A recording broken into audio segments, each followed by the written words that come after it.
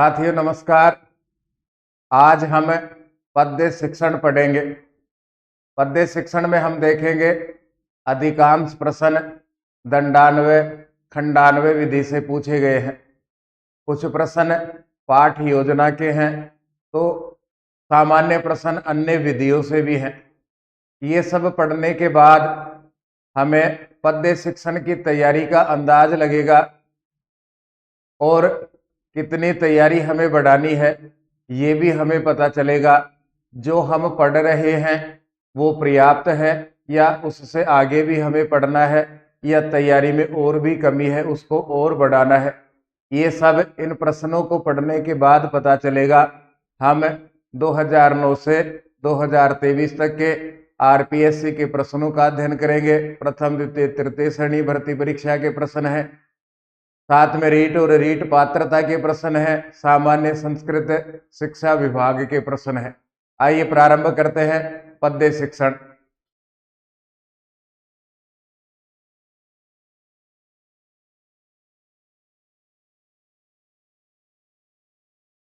काव्य शिक्षण से प्रमुख उद्देश्य भवति।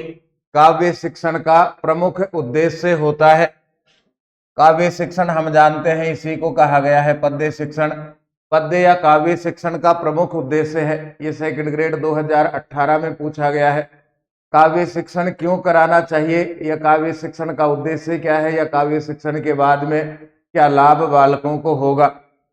काव्य रचना कौशल विकास है। काव्य रचना कौशल का विकास, काव्य रचना करने में बालक कुशल हो जाएंगे। व्यवहार चातुर्य विकास है। व्यवहार में बालक चतुरता प्राप्त कर लेंगे या फिर शब्द भंडार से अभिवृद्धि, बालक के शब्द भंडार में वृद्धि होगी। अथवा चतुर्वर्ग, चार वर्ग धर्म अर्थ काम मोक्ष, फल प्राप्ति ही, फल की प्राप्ति, उपयुक्तम सर्वम च और उपयुक्त सब कुछ। चतुर्वर्ग की फल प्राप्ति, साथ में शेष तीनों उद्देश्य। तो यही सही ऑप्शन है इसका। काव्य शिक्षण के द्वारा धर्म अर्थ काम मोक्ष, इसको चतुर्वर्ग कहा गया है, इसकी प्राप्ति होती है और उपयुक्त सारा आनंद भी आता है। बालक काव्य रचना में कुशलता प्राप्त करता है, व्यवहार चातुर्य का विकास होता है और शब्द भंडार में वृद्धि होती है। काव्य शिक्षण के उद्देश्य से यह प्रश्न पूछा गया है जिनको सामान्य रूप से हम जल्दी जल्दी पन्ने बदल करके छोड़ देते हैं। काव्य शिक्षण से उद्देश्य यानी काव्य शिक्षण के उद्देश्य। काव्य शिक्षण का मुख्य उद्देश्य है धर्म अर्थ काम मोक्ष, इस चतुर्वर्ग की प्राप्ति। ये इसका मुख्य प्रमुख उद्देश्य है। शेष उद्देश्य इस प्रकार से है। संस्कृत काव्य के प्रति रुचि उत्पन्न करना। फिर देखिए गतिपूर्वक, यतिपूर्वक, लय पूर्वक और भाव के अनुसार पद्य पाठ पढ़ने की क्षमता बालक में उत्पन्न करना। काव्य की रसानुभूति और सौंदर्यानुभूति कराना। काव्य पढ़ते समय बालक को रस की आनंद की प्राप्ति हो, बालक काव्य के सौंदर्य में आनंद ले सके, यह अनुभूति भी बालक को कराना। बालक में कल्पना और रचना शक्ति का विकास करना, यह भी काव्य शिक्षण का उद्देश्य है। विभिन्न काव्य शैलियों का परिचय प्रदान करना। पद्य की अनेक प्रकार की शैलियां हैं, उन शैलियों का परिचय इसके माध्यम से प्राप्त करना। जिस कवि ने काव्य लिखा है, जिस कवि के काव्य को हम पढ़ा रहे हैं, उसके व्यक्तित्व से परिचय प्राप्त कराना और उसके काव्य के महत्व का परिचय बालकों को बताना। पद्य के उदात्त भाव और जीवन दर्शन का परिचय करा करके बालकों में नैतिक विकास उत्पन्न करना। पद्य के उदात्त भावों का परिचय कराना, उसके जीवन दर्शन का परिचय कराना, इनके साथ में इन दोनों के साथ बालक का नैतिक विकास करना, ये भी काव्य शिक्षण का उद्देश्य है। 8 नंबर का हम पढ़ेंगे। कवि के अनुसार पद्य शिक्षण के रस उत्पत्ति, सृजन पूर्ति, मनोविनोद या स्वांत सुखाय उद्देश्य होते हैं। काव्य शिक्षण के पद्य शिक्षण के उद्देश्य कवि के अनुसार हम समझें तो पहला उद्देश्य है रस की उत्पत्ति करना, सृजन की पूर्ति करना, मनोविनोद या स्वांत सुखाय, ये 3 उद्देश्य कवि के अनुसार है। जबकि हम जो हमारे अनुसार, पाठक के अनुसार, पद्य को, काव्य को पढ़ने वाले के अनुसार लोकोत्तर आनंद प्राप्ति, लोक से ज्यादा आनंद की प्राप्ति हो, जीवन सुंदरता की अनुभूति, प्रकृति आनंद और रमणीय उपदेश, इसलिए हम लोग, पाठक लोग, काव्य को पढ़ते हैं। कवि चाहता है काव्य के माध्यम से रस की उत्पत्ति हो, सृजन पूर्ति हो और पाठकों का मनोविनोद हो, या पाठक स्वयं पढ़ करके सुख की प्राप्ति कर ले। जबकि एक पाठक, पढ़ने वाला या बालक काव्य के उद्देश्य से चाहता है काव्य पढ़ने के बाद में लोकोत्तर आनंद की प्राप्ति मुझे हो, जीवन मुझे सुंदर लगे, जीवन की सुंदरता की अनुभूति मुझे होनी चाहिए, प्रकृति का आनंद मुझे मिले और एक अच्छा सा, सुंदर सा, बहुत अच्छा उपदेश काव्य के अंत में मुझे प्राप्त हो। अंतिम बिंदु, विविध सभ्यताओं और संस्कृतियों से परिचय कराना। यह भी अनेक प्रकार की सभ्यताएं, अनेक प्रकार की संस्कृतियां काव्य पढ़ने के बाद में इन सब की समझ हमें होनी चाहिए। 9 प्रमुख सामान्य उद्देश्य काव्य शिक्षण के हमने पढ़े हैं। एक मुख्य उद्देश्य है चतुर्वर्ग फल प्राप्ति, धर्म, अर्थ, काम और मोक्ष की प्राप्ति काव्य शिक्षण के बाद में होती है। दूसरा प्रश्न देखिए पद्य शिक्षण में से, काव्य शिक्षण की विधियां, गीत और नाट्य विधि है, भाषानुवाद विधि है, व्याख्या विधि है, दंडान्वय विधि है, खंडान्वय विधि है, भाष्य विधि है, तुलना विधि है, समीक्षा विधि है और टीका विधि है। जैसे जैसे इनमें से प्रश्न आएंगे, प्रसंग के अनुसार हम इनकी व्याख्या भी पढ़ेंगे, इनको समझने का भी प्रयास करेंगे, इनके द्वारा अपनी तैयारी जांचने का प्रयास भी हम करेंगे। पहला, भाषानुवाद विधि ही। इस विधि से अभी तक कोई प्रश्न नहीं है, इसलिए यहां पढ़ रहे हैं। जैसा नाम है उस नाम के अनुसार इसको समझने का प्रयास करना। भाषा अनुवाद विधि ही। भाषा को अनुवाद करके पढ़ना, संस्कृत भाषा को बालक को मातृभाषा में समझाना, इसी का नाम है भाषा अनुवाद विधि।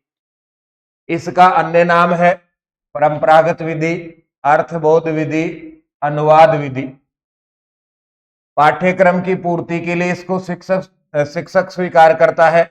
जैसे अध्यापक सबसे पहले श्लोक में कठिन शब्दों का अर्थ मातृभाषा में कहता है।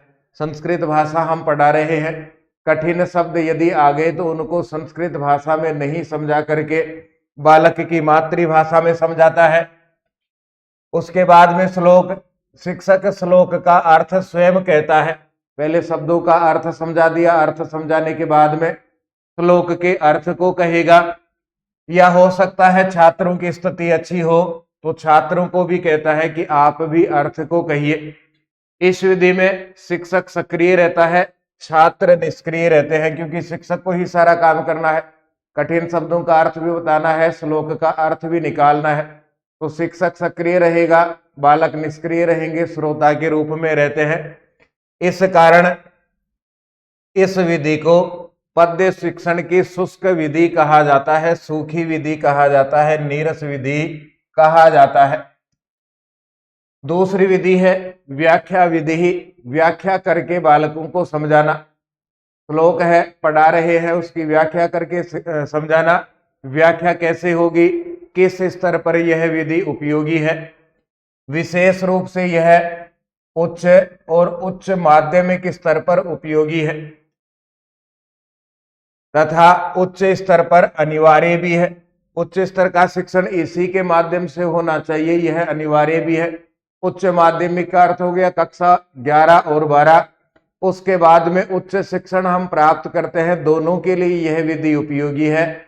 उच्च स्तर पर इस विधि के द्वारा शिक्षण होना ही चाहिए, यह भी अनिवार्य है।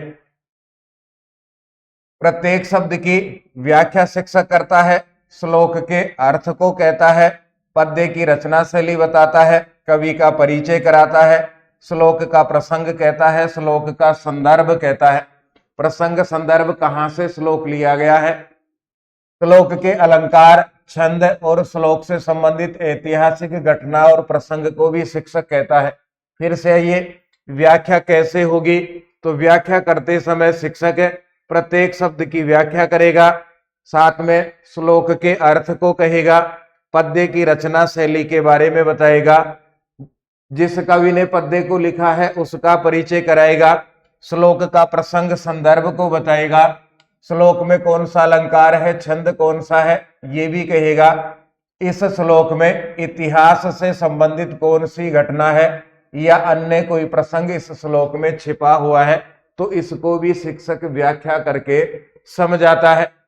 इस विधि के द्वारा पढ़ने से छात्र श्लोक का अर्थ ठीक प्रकार से जानकर संस्कृत साहित्य के ज्ञान में वृद्धि प्राप्त करते हैं। ये मुख्य फायदा है इस विधि का, व्याख्या विधि का। इसके बाद में है हम तुलना। यह उच्च स्तर पर ही विशेष उपयोगी है।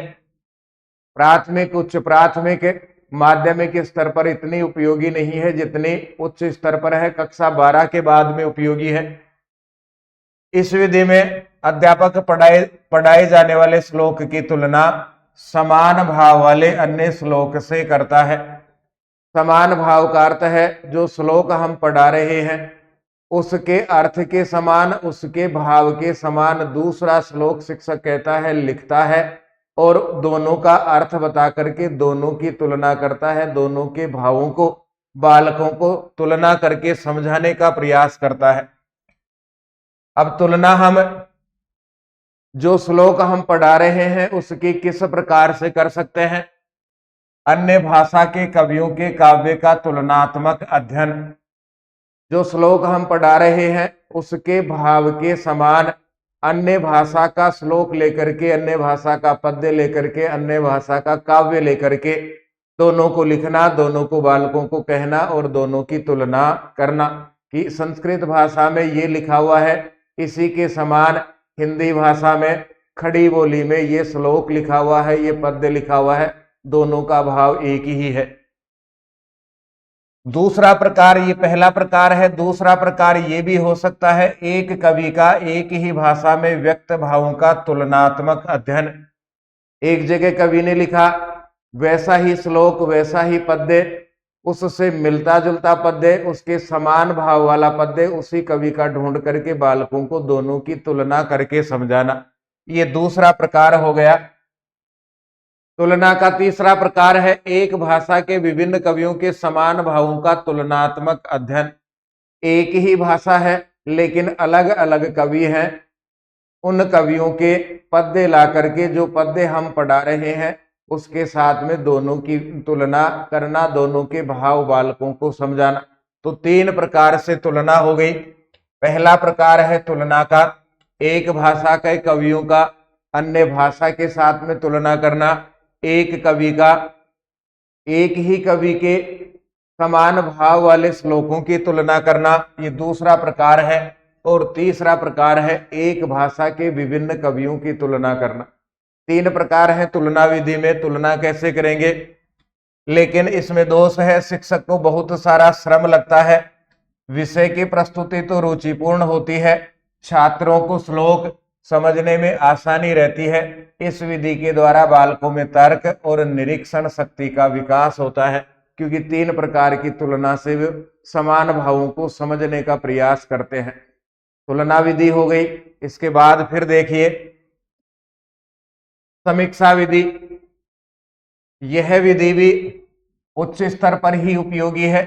इस विधि द्वारा पद्य में कवि के द्वारा कहे गए जीवन दर्शन, भाषा शैली के साथ पद्य के अलंकार, छंद, भाषा तत्वों का विस्तार से ज्ञान छात्रों को दिया जाता है।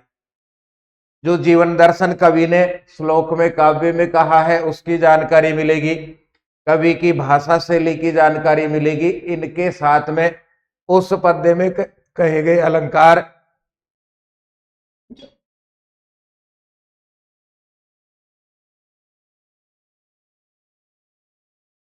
छंद, भाषा तत्वों का विस्तार से ज्ञान छात्रों को दिया जाता है।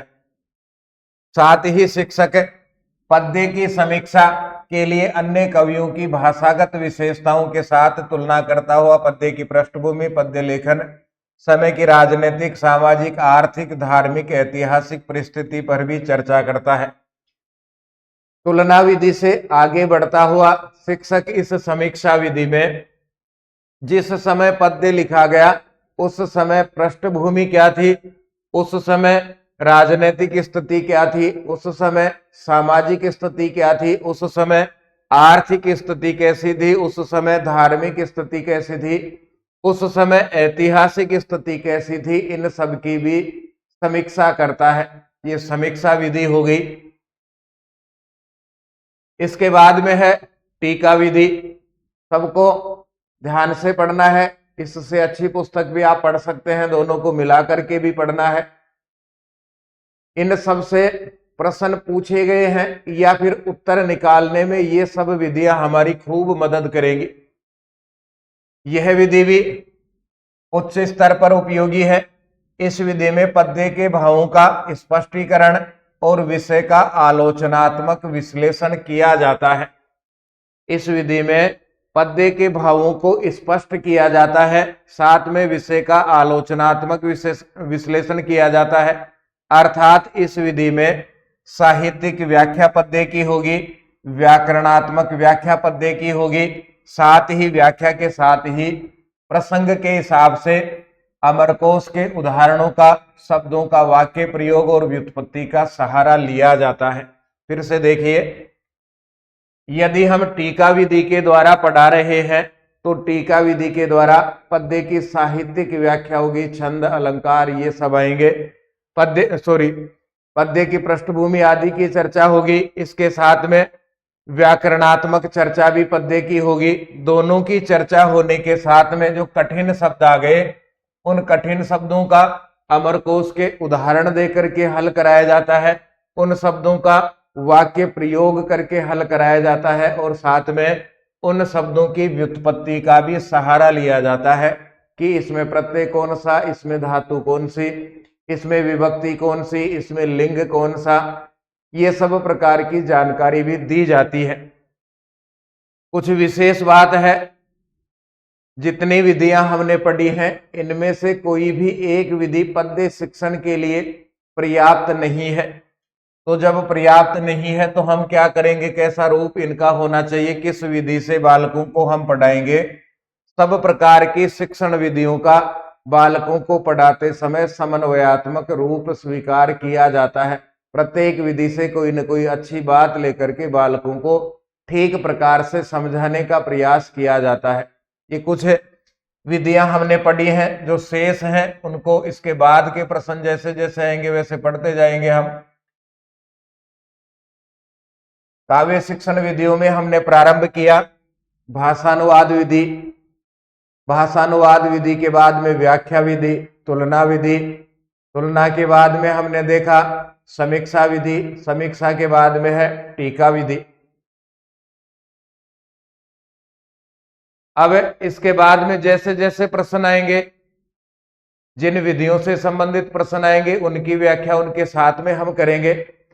रसानुभूति ही मुख्य उद्देश्य भवति, रस की अनुभूति करना, रस यानी आनंद, आनंद की अनुभूति करना मुख्य उद्देश्य भवति, किसका मुख्य उद्देश्य है। काव्य शिक्षण से काव्य शिक्षण का, गद्य शिक्षण से गद्य शिक्षण का, व्याकरण शिक्षण से व्याकरण शिक्षण का, अथवा कथा शिक्षण से कथा शिक्षण का। इनमें कौन सा साहित्य, कौन सी विधा पढ़ते समय सबसे ज्यादा आनंद आता है, रस की प्राप्ति होती है। तो काव्य शिक्षण में सर्वाधिक आनंद की प्राप्ति होती है।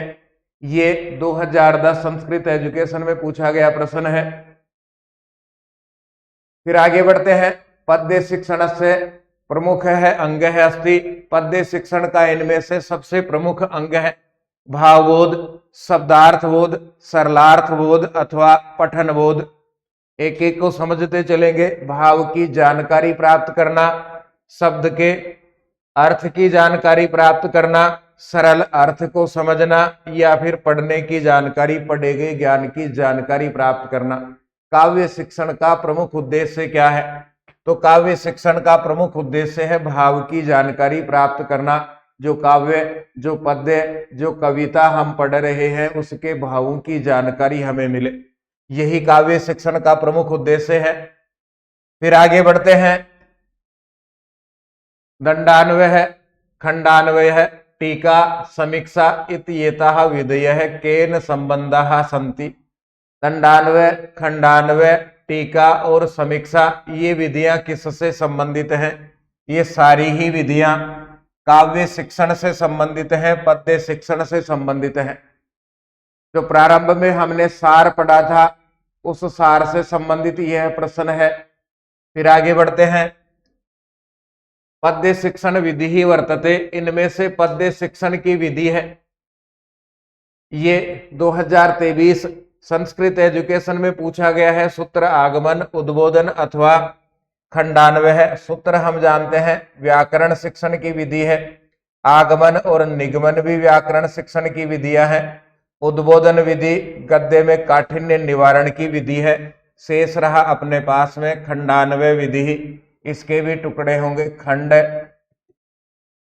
अन्वय विधि, खंड अन्वय विधि, इसी को कहा गया है खंडान्वय विधि। आगे बढ़ते हैं। पद्य पाठ योजनायाम, पद्य की पाठ योजना में काठिन्य निवारण आख्या सोपाने, काठिन्य निवारण नाम के सोपान में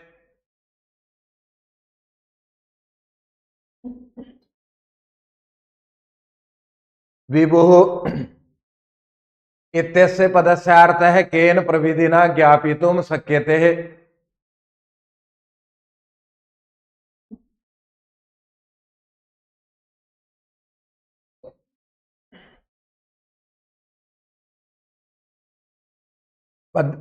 पद्य की पाठ योजना है और उसमें हम काठिन्य निवारण कर रहे हैं, तो इस सोपान में विभु चंद्रमा इत्यस्य पदस्य अर्थ है, इस पद्य का अर्थ केन प्रविधिना, किस प्रविधि के द्वारा ज्ञापितुम शक्यते, जान सकते हैं।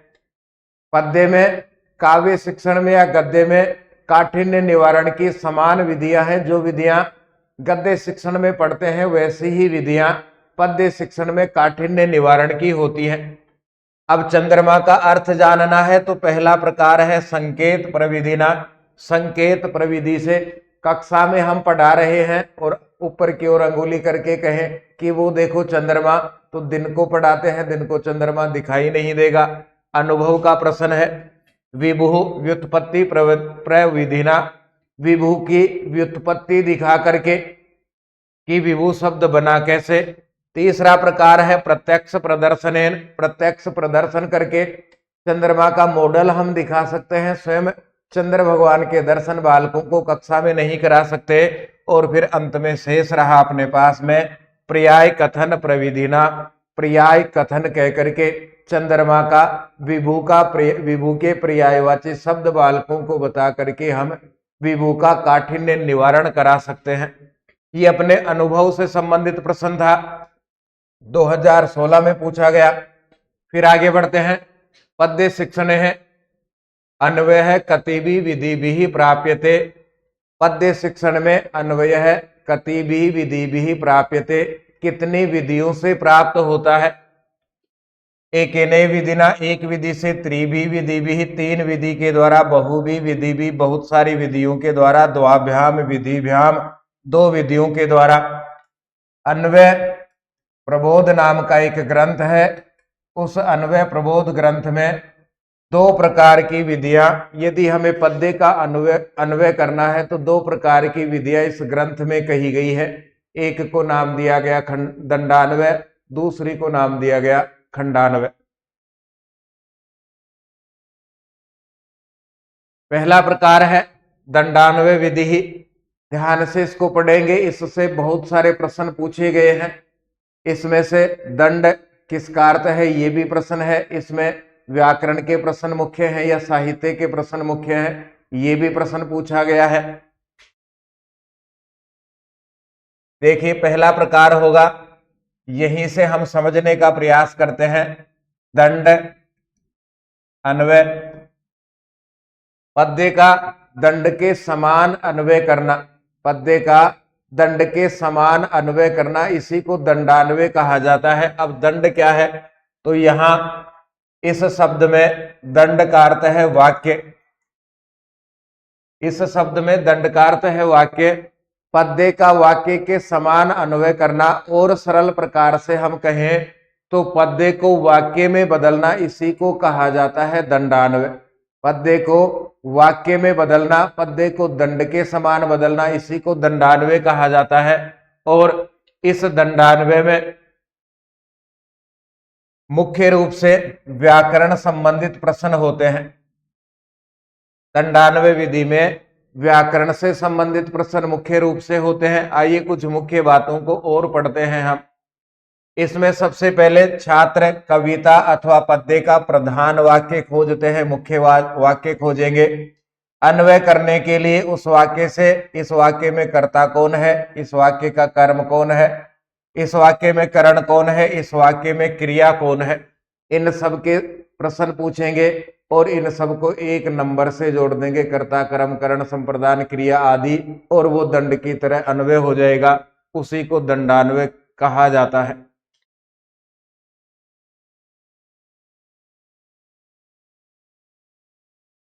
श्लोक का वाक्य में परिवर्तन करना ही दंडान्वय है। इस विधि में दंड शब्द का अर्थ वाक्य है, दंड वाक्य का प्रतीक है, और इस विधि में व्याकरण से संबंधित प्रश्न मुख्य होते हैं। तो तीन मुख्य बातें याद रखनी है। दंड का अर्थ वाक्य है, इस विधि में व्याकरण से संबंधित प्रश्न पूछ करके दंड के समान अन्वय किया जाता है, ये दूसरी मुख्य बात है। इस विधि में व्याकरण के प्रश्न ज्यादा हैं, इसलिए बालकों में नीरसता भी उत्पन्न होती है और काव्य के मुख्य उद्देश्य की प्राप्ति रसानुभूति है, यह भी नहीं हो पाती है। अतः इस विधि का खंडान्वय के साथ प्रयोग करना अधिक उपयुक्त रहता है। अन्वय प्रबोध ग्रंथ में दंडान्वय की परिभाषा इस प्रकार से दी गई है। ये श्लोक हमने कई बार पढ़ा होगा।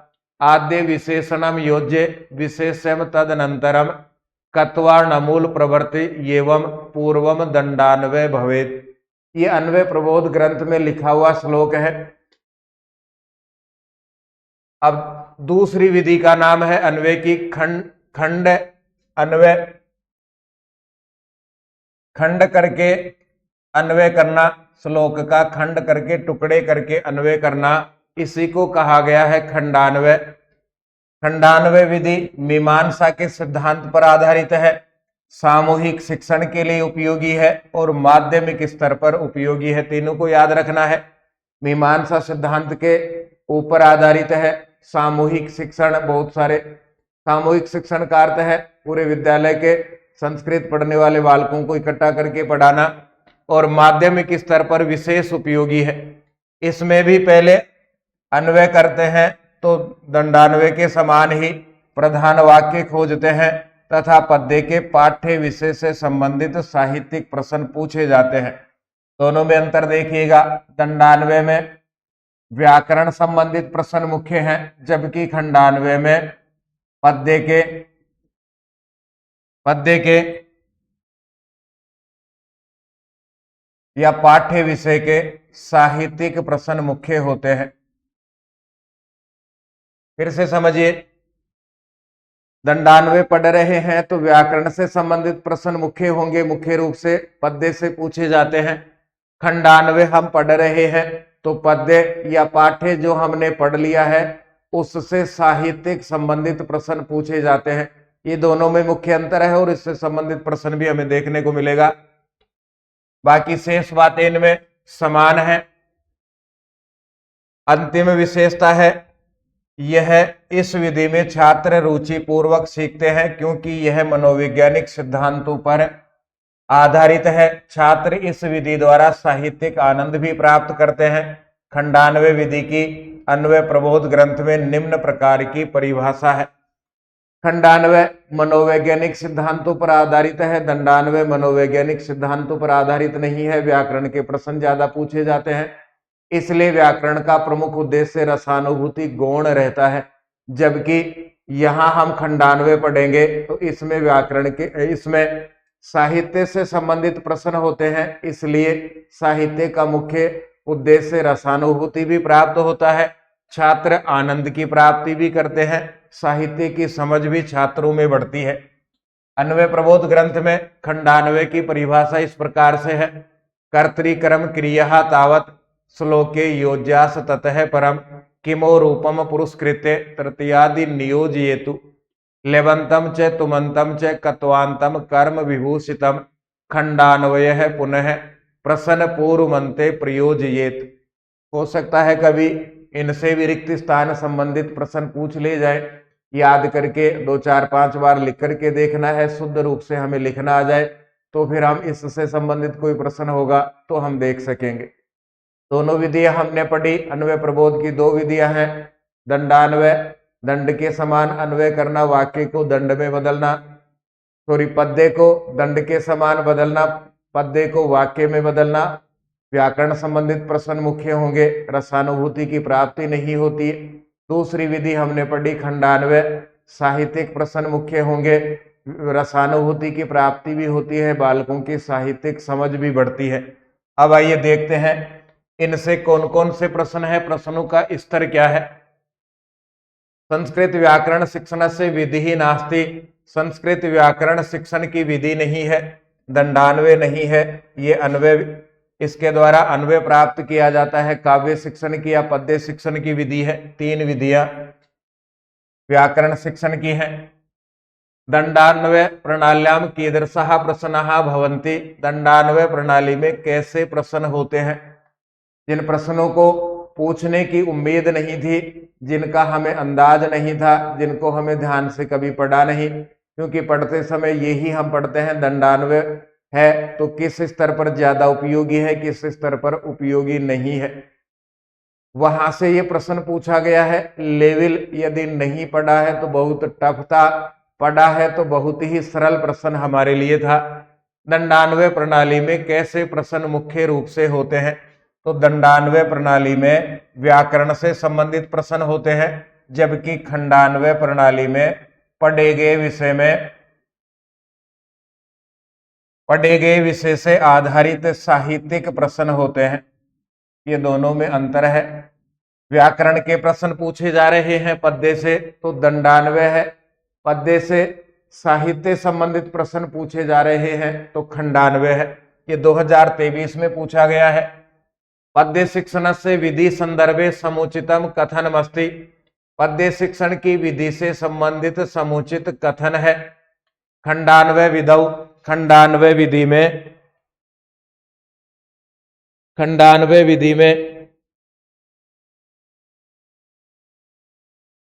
अनुवादाधारितः प्रश्नः भवन्ति, अनुवाद के ऊपर आधारित प्रश्न होते हैं।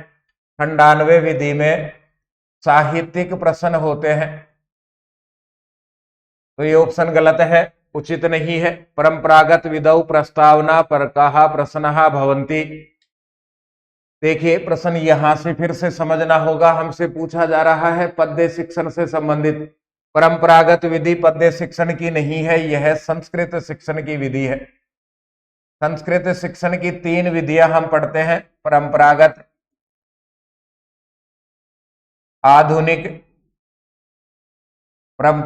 आधुनिक या फिर नवीनतम उपागम संस्कृत शिक्षण के। तो परंपरागत विधि संस्कृत शिक्षण की है, पद्य शिक्षण की नहीं है। इससे बाद हमें ज्यादा पढ़ना भी नहीं था, यहीं से इसका अंदाज हमें लग जाता है।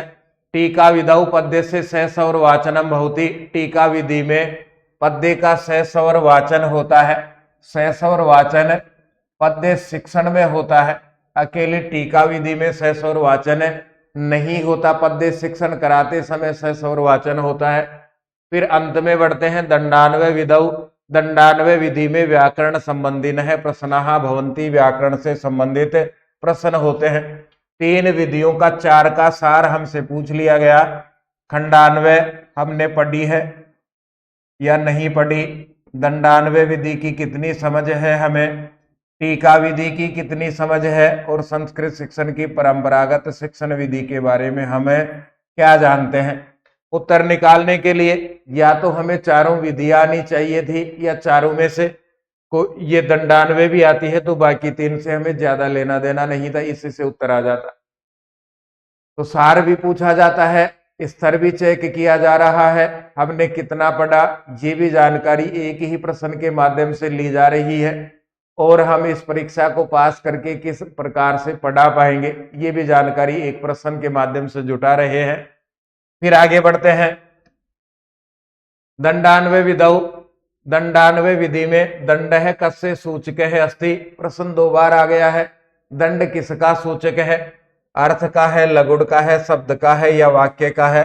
दंडान्वय विधि में दंड वाक्य का सूचक है।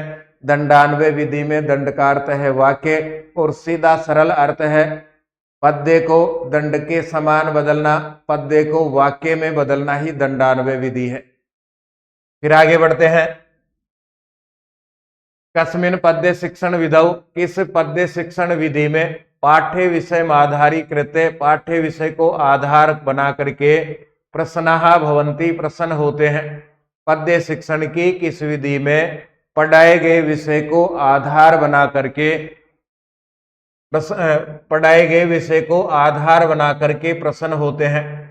तो दंडान्वय में हमने देखा व्याकरण संबंधित प्रश्न होते हैं, और खंडान्वय में पढ़ाए गए पाठ्य विषय के साहित्यिक संबंधित प्रश्न होते हैं। ये दोनों में अंतर है। यहाँ पर दंडान्वय और खंडान्वय में एक प्रश्न दंडान्वय से पूछा गया, दंड का अर्थ पूछ लिया गया, यहाँ आकर के हमें खंडान्वय से संबंधित जानकारी दी जा रही है। उससे प्रश्न पूछा जा रहा है कि किस शिक्षण विधि में पढ़ाए गए विषय को आधार बना करके प्रश्न होते हैं।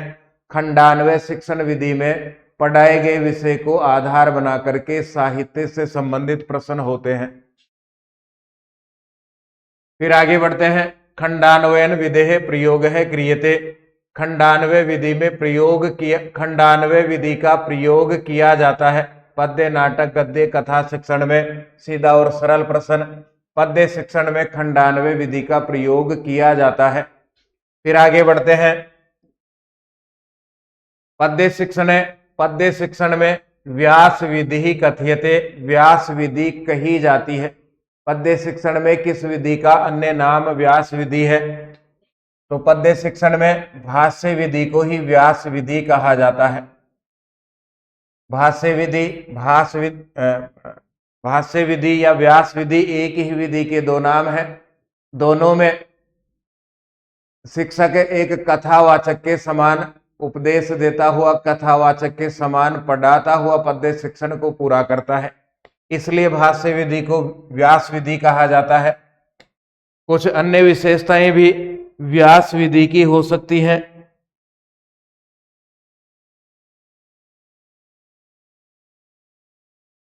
बाकी सारा सरल अपना पढ़ा हुआ है। फिर आगे बढ़ते हैं। पद्य शिक्षण से विधि रस्ति, इनमें से पद्य शिक्षण की कौन सी विधि है? भाष्य विधि है, और इसी को कहा जाता है व्यास विधि। कथावाचक के समान शिक्षक पद्य शिक्षण पूरा करता है, इसलिए व्यास विधि से कहा जाता है। फिर इसके बाद का प्रश्न है, गीत नाट्य पद्धति ही भवति, गीत और नाट्य पद्धति होती है गद्य शिक्षण में, व्याकरण शिक्षण में, पद्य में अथवा रचना शिक्षण में। यह भी पद्य शिक्षण की विधि है और प्रारंभिक स्तर पर बहुत उपयोगी है। जैसा नाम है वैसा ही काम है। इसमें शिक्षक गीत के द्वारा, गीत जैसा गीत के द्वारा पढ़ाता है, अर्थात पद्य को सस्वर वाचन करता है, जो ऐसा लगता है कि गीत गा करके हमें सुना रहा है।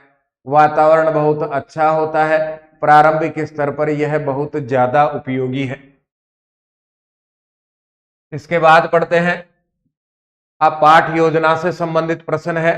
छात्रेषु रागात्मक भाव विकास का पाठ योजना उपयोगिनी भवति, छात्रों में रागात्मक भाव विकास के लिए का कौन सी पाठ योजना उपयोगिनी भवति, पाठ योजना सबसे ज्यादा उपयोगी होती है।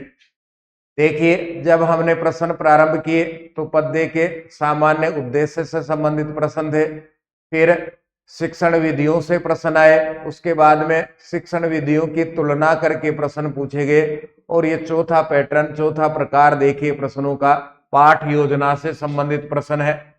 छात्रों में रागात्मक भाव विकास के लिए कौन सी पाठ योजना सबसे ज्यादा उपयोगी होती है? किस पाठ योजना के द्वारा छात्रों में राग उत्पन्न होता है? तो पद्य पाठ योजना के द्वारा छात्रों में रागात्मक भाव विकास होता है। अब पद्य पाठ योजना को पढ़ेंगे, इसके सामान्य उद्देश्य पढ़ेंगे, इसके चरण हम पढ़ेंगे। पद्य की योजना हम बना रहे हैं तो औपचारिक बिंदुओं में दिनांक आएगा, वार आएगा, विषय आएगा, प्रकरण आएगा, ये जानते हैं हम। सामान्य उद्देश्य छात्रों में संस्कृत काव्य के प्रति राग उत्पन्न करना। जिन्होंने बहुत सारी पाठ योजनाएं बनाई हैं उनको ये आसानी से समझ में आया होगा। जिन्होंने पद्य शिक्षण की या संस्कृत शिक्षण विधियों की पूरी पुस्तक पढ़ी होगी, अच्छी पुस्तक पढ़ी होगी, उनको भी समझ में आया होगा। जिन्होंने कम पाठ योजनाएं बनाई हैं या पढ़ते समय पाठ योजना की ओर कम ध्यान दिया है, उनके लिए समस्यात्मक प्रश्न था। तो छात्रों में संस्कृत काव्य के प्रति राग उत्पन्न करना, ये भी पाठ योजना का उद्देश्य है। छात्रों को काव्यगत सौंदर्य अनुभूति के लिए प्रेरणा प्रदान करना, ये भी पाठ योजना का उद्देश्य है। छात्रों में सस और गति, यति, लय, भावानुकूल काव्य पाठ की योग्यता उत्पन्न करना, ये भी पाठ योजना का उद्देश्य है। इसके बाद में छात्रों में कल्पना और तर्क शक्ति का विकास करना, तर्क शक्ति को जागरण करना। छात्रों में श्रवण, भाषण, पठन, लेखन कौशलों का विकास करना। छात्रों के शब्दकोश में वृद्धि करना। छात्रों में संस्कृत काव्य के माध्यम से विश्व बंधुत्व की भावना का विकास करना। 7 सामान्य उद्देश्य है। विशेष उद्देश्य पाठ योजना के प्रकरण से संबंधित रहते हैं। जो प्रकरण हम पढ़ा रहे हैं उससे संबंधित विशेष उद्देश्य रहेंगे। सहायक सामग्री होगी, 2 प्रकार की है। सामान्य में श्यामपट्ट है, मार्जनी है, सुधाखंड है, वेस्टर्न फलक आदि है। तो विशेष सहायक सामग्री जो पद्य हम पढ़ा रहे हैं उससे संबंधित होगी। पूर्व ज्ञान, इस बिंदु में प्रकरण से संबंधित पूर्व ज्ञान के विषय में चिंतन किया जाता है। जो हम पढ़ा रहे हैं उससे संबंधित बालक को कितना पूर्व ज्ञान है, कितनी जानकारी है। प्रस्तावना, छात्रों के पूर्व ज्ञान को आधार बना करके चित्र, मानचित्र, श्लोक, कथा आदि के माध्यम से प्रश्न पूछे जाते हैं, ये भी हमें खूब समझ है। उद्देश्य कथन, पद्य के भाव क्या होंगे, पद्य में कौन सा रस है, इनके बारे में संक्षेप में छात्रों को बताया जाता है कि इस पाठ के बाद में इस प्रकार की जानकारी हम प्राप्त करेंगे। अब विषय को उपस्थित करना है या विषय को प्रस्तुत करना है, इसका पहला चरण है आदर्श वाचन। आदर्श वाचन शिक्षक के द्वारा 2 बार हो सकता है या 3 बार हो सकता है। एक ही पद्य को 2 से 3 बार शिक्षक आदर्श वाचन करके दिखा सकता है, सुना सकता है। आदर्श वाचन है तो अनुवाचन होगा, पीछे से वाचन करना। अध्यापक निश्चित छात्रों को कहेगा कि आप सुरेश, मोहन, दिनेश इस पद्य का सहस्वर वाचन कीजिए। सहस्वर वाचन हो गया, अनुवाचन हो गया, तो इसके बाद में अशुद्धि संशोधन किया जाएगा। अनुवाचन में जो भी त्रुटियां रही उनको श्यामपट्ट पर लिखा जाएगा और वहां से दूर करने का प्रयास किया जाएगा। इसके बाद में है काठिन्य निवारणम। अध्यापक कुछ कठिन शब्द आएंगे, उन कठिन शब्दों का निवारण करेगा, उनको हल करेगा, उसी को काठिन्य निवारण कहा जाएगा। अब है पाठ प्रवर्धनम, पाठ को आगे बढ़ाना। तो पद्य शिक्षण में पाठ दंडान्वय और खंडान्वय विधियों के द्वारा आगे बढ़ाया जाता है, यह मुख्य रूप से ध्यान देना है। नाटक शिक्षण में भी हमने पढ़ा था किस विधि के द्वारा एक प्रश्न पूछा गया है। नाटक शिक्षण व्याकरण शिक्षण में प्रश्न पूछा गया था, ऐसा ही तो यहाँ पर पद्य शिक्षण कराते समय पद्य के शिक्षण में दंडान्वय और खंडान्वय विधि के द्वारा पाठ को आगे बढ़ाया जाता है। इसके बाद में है सार कथन। पद्यांश का सार बालकों को कहना, इसी को सार कथन कहेंगे। अब आ गया बिंदु सहस्वर वाचन अथवा समवेत वाचन। अध्यापक काव्यमय वातावरण के लिए सहस्वर वाचन करता है, छात्र सावधानी से सुनकर समवेत वाचन करते हैं। पहले अध्यापक वाचन करेगा, उसके बाद में बालक वाचन करेंगे। देखिए, इससे पहले हमने पढ़ा था दो प्रकार का वाचन पद्य शिक्षण में किया जा रहा है। आदर्श वाचन शिक्षक के द्वारा, इसके बाद में अनुवाचन होगा शिक्षक के द्वारा, निर्दिष्टित छात्रों का शिक्षक के द्वारा, बताए गए कुछ छात्र अनुवाचन करते हैं। दूसरा है सहस्वर वाचन शिक्षक करेगा और समवेत वाचन बालक करते हैं। ये भी अंतर हमें समझना चाहिए। आदर्श वाचन शिक्षक करेगा, अनुवाचन बालक करते हैं। सहस्वर वाचन शिक्षक करेगा, समवेत वाचन, समवेत का अर्थ है सब एक साथ मिलकर के वाचन बालक करते हैं। पाठ योजना में आगे बढ़ेंगे तो सौंदर्यानुभूति प्रश्न, पद्य के सौंदर्य से संबंधित प्रश्न इसमें पूछे जाएंगे। पुनरावृत्ति प्रश्न होंगे और इसके बाद में पुनरावृत्ति या मूल्यांकन प्रश्न। तीन प्रकार के प्रश्न हो गए, सौंदर्यानुभूति, पुनरावृत्ति और मूल्यांकन के प्रश्न। गद्य के समान होंगे और अंत में गृह कार्य दिया जाएगा। इनसे संबंधित भी प्रश्न अभी हमें देखने को मिलेगा। गृह कार्य से संबंधित एकमात्र प्रश्न आया था, उसको इससे पहले के वीडियो में हमने पढ़ा है। अब देखिए, अंत की ओर हम बढ़ रहे हैं पद्य शिक्षण में। संस्कृत काव्य शिक्षण अधिकम महत्वम दीयते। संस्कृत काव्य शिक्षण में सबसे अधिक महत्व दिया जाता है। संस्कृत काव्य शिक्षण में सबसे अधिक महत्व दिया जाता है। वैचारिक विश्लेषण को, मौन वाचन को, काव्य पठन को या सहस्वर वाचन को। विचारों का विश्लेषण, इसके लिए कोई जगह नहीं है। मौन वाचन पद्य शिक्षण में होता ही नहीं है। केवल और केवल काव्य को पढ़ना, ये भी काव्य शिक्षण का उद्देश्य नहीं है। काव्य तो अकेले बालक भी पढ़ लेंगे। काव्य शिक्षण का मुख्य उद्देश्य है काव्य शिक्षण में अधिक महत्व दिया जाता है सहस्वर वाचन को। समवेत वाचन इसी का अन्य नाम है सहस्वर वाचन। जो अभी हमने देखा, यहां पर सहस्वर वाचन अध्यापक पूरा करता है, इसके साथ में समवेत वाचन बालक पूरा करते हैं। सहस्वर वाचन को इसलिए महत्व देते हैं कि सहस्वर वाचन अध्यापक जब करेगा, उसके साथ में बालक वैसा ही वाचन करने का प्रयास करेंगे, बालकों को आनंद की अनुभूति होगी। इसलिए पद्य शिक्षण में सहस्वर वाचन को अधिक महत्व दिया जाता है। मौन वाचन आदि पद्य शिक्षण में नहीं होता है। फिर आगे बढ़ते हैं। 2022 का प्रश्न है, पाठानाम भाव सौंदर्य से परीक्षणम। पाठों के भावों की सुंदरता का परीक्षण कस्याम योजनायाम भवति, किस योजना में होता है?